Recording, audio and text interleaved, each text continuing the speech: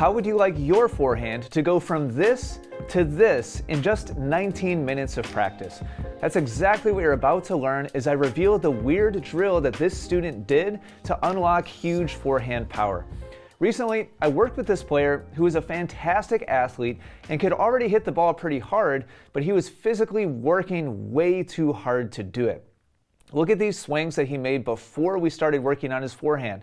His arm is super rigid and tight, and everything kind of locks down as he hits the ball, and he's almost choking himself on the follow-through. You can hit a tennis ball hard this way, but there will always be an artificially low ceiling limiting how far you can advance because all that tightness and tension keeps the racket from moving freely and accelerating as fast as it could. Compare his swing aesthetic to world-class forehands. All of these professional players have very different games, but look at how smooth, long, and circular all of their forehands are. The reason why they look this way is their torsos are the primary power source, while their arms deliver that power without getting tight and tense. So here's the weird drill that I had this student do that transformed his forehand in just 19 minutes. There's 5 steps. I'm going to walk you through it step by step so that not only do you know how to do the drill, but you fully understand what's happening here. So in order to do this drill, you need a racket with no strings. This is a beauty, by the way. If you know, you know. I dug this up in the barn. So I gave him a racket with no strings, and I asked him to swing with his torso, moving his racket and his arm as passively as possible around his body. And we just did a few shadow swings first before I had the ball machine feed him a ball, and his instruction was to make the tempo, the intensity, the looseness exactly the same on the shadow swings as when the ball was there, even though he wasn't going to hit the ball. And watch what happens. The same thing happens every time. I've done this myself. It doesn't even matter if you know what's going to happen. Watch how crazy the contrast is. So here's shadows. Now here comes the ball. Watch the difference. Did you catch it? Watch how smooth the swings are when there's no ball. And now watch how different this is when the ball is there. I know it seems absolutely crazy, but even though your conscious mind knows that you're not going to hit the ball because there's no strings, your subconscious mind, when the ball starts getting close to the racket, pulls back into your normal forehand habit. And however tight or tense you normally are when you kind of jerk through and hit the ball, which most players are way more tight and way more tense than they realize, your subconscious mind is going to pull back into your normal habit and still jerk the racket around, even though in the front of your mind you know there's no collision that's actually going to happen. So step 1 is just to start off by doing some slow, smooth shadows and just get a feel for what it's like to have your arm be totally loose and passive. I told this student, imagine your arm is just a rope and the racket is just kind of dangling from your shoulder and your torso is just moving that rope with the racket connected to the end of it around your body. Try to make it feel as much as possible like that. Then introduce the ball, and then step 3 is to try to smooth it out as much as possible to make the shadow swings feel just like when the ball is there. So here's some practice with my student trying to train that. And I'm just giving him feedback to let him know if he's speeding up and getting tight and tense. So you can see him getting smoother and more relaxed. He's learning for the first time right now how to have all the power come from his torso and just keep his arm and his racket loose and passive to deliver all of that energy.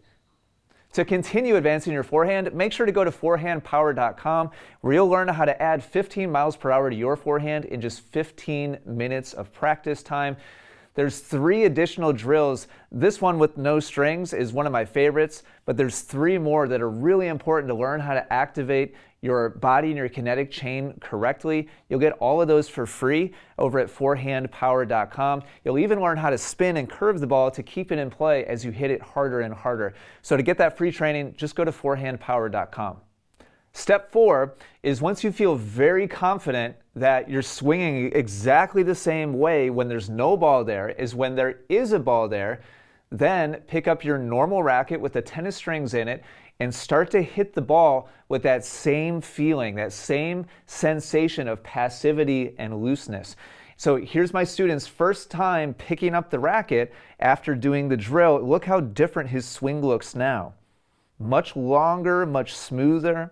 He's working much less, but still hitting the ball just as hard as he did before. And it's that kind of efficiency that's going to open the door to higher and higher levels of play without having to work so hard. It's such a satisfying feeling to hit the ball so effortlessly. And that's the word that he used to describe the feeling or the sensation of just allowing the racket to move around the body.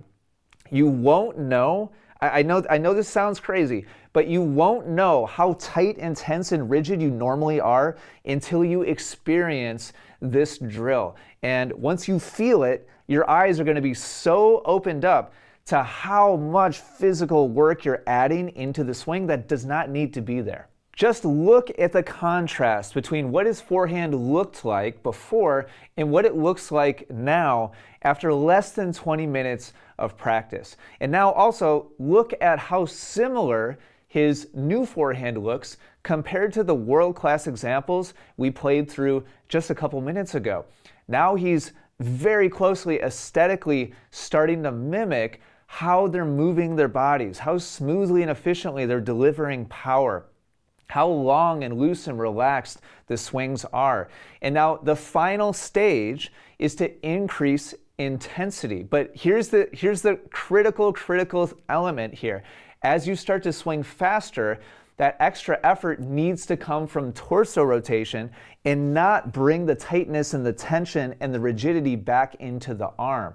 So my recommendation here for step 5 of this drill is to continue to swing with that same passivity, but increase the intensity of your torso by just 5% at a time while you maintain the same looseness with your arm and your racket.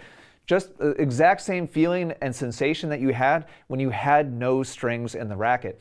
And if you feel that tightness and tension starting to creep back into your arm, get the racket with no strings again. Make just 1-2 minutes of repetitions with no strings, no collision between the ball and the racket, and find that sensation again of that smooth, effortless, satisfying delivery of power. Then get your racket again with the strings and go back to hitting the ball and slowly inch up your intensity without all of that rigidity going back into your swing. If you want to hit the best feeling forehands of your life, then do this drill. I know it seems super weird, but I've done it with so many students over the years, always with outstanding results. And if you want to continue your journey to hitting your best forehands ever, make sure to go to forehandpower.com, where I'll share with you my other favorite drills for providing the most efficient, smooth energy and power, and also how to spin the ball and curve it to keep it in play as you hit the ball harder and harder and your level keeps increasing. Forehandpower.com to get that free training. Thanks for watching today. I'll talk to you again soon.